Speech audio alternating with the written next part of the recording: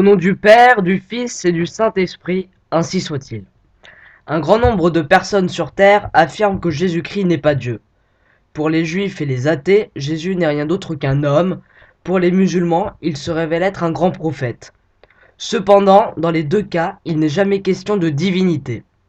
En tant que chrétiens, nous pouvons respecter ces opinions sans pour autant les accepter. Il est de notre devoir de faire connaître le message de l'Évangile qui proclame clairement la divinité de notre Seigneur Jésus-Christ. Nos opposants se justifient à juste titre par cet argument. Dans le Nouveau Testament, Jésus n'a jamais dit de manière explicite « Je suis Dieu ».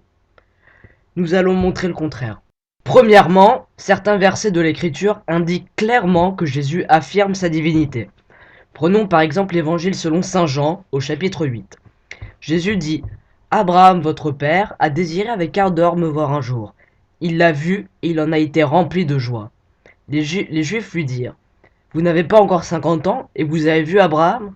Jésus leur répondit « En vérité, je vous le dis, je suis avant qu'Abraham fût. » Jésus s'approprie alors le titre sous lequel Dieu s'était révélé à Moïse. En effet, il est dit dans l'Exode, Dieu dit à Moïse, « Je suis celui qui suis. » C'est ainsi que tu répondras aux enfants d'Israël, celui qui s'appelle « Je suis » m'a envoyé vers vous. Preuve supplémentaire qu'à ce moment Jésus avoue sa divinité, c'est la réaction des Juifs. Tout de suite après ces propos, les Juifs tentent de lui jeter des pierres afin de le tuer, car à l'époque, s'auto-proclamer Dieu entraînait une condamnation à mort immédiate. De même, Jésus-Christ déclare « Celui qui m'a vu a vu le Père » ou encore « Mon Père et moi, nous sommes un ». Notre Seigneur Jésus-Christ montre qu'il ne fait qu'un avec Dieu. Il est Dieu. Là encore, la réaction des Juifs est similaire, et ils avouent la raison de leur colère.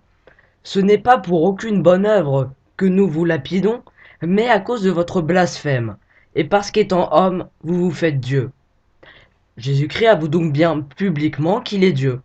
Nous pourrions pour finir cette partie donner d'autres versets qui confirment cette idée, comme les premiers mots de l'Évangile. Au commencement était le Verbe, et le Verbe était avec Dieu, et le Verbe était Dieu.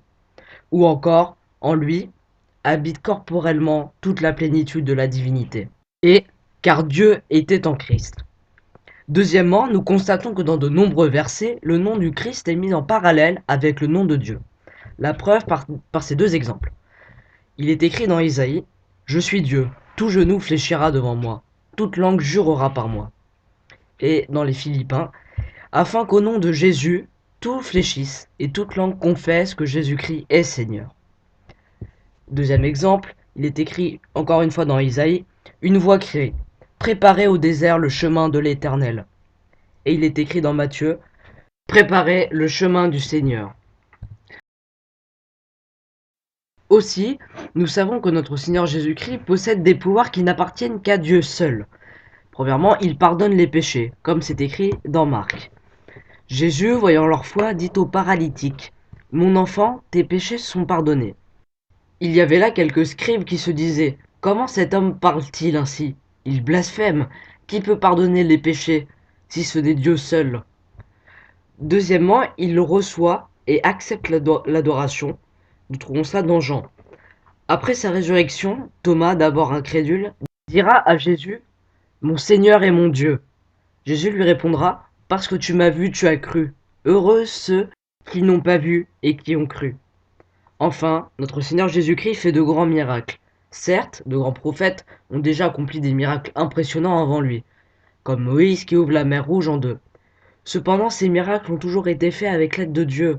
Le prophète invoquait son nom. Tandis que Jésus-Christ accomplit les miracles par sa propre puissance. Lorsqu'il marche sur l'eau, lorsqu'il multiplie les pains, ou lorsqu'il ressuscite son ami Lazare, il accomplit ces miracles en son nom.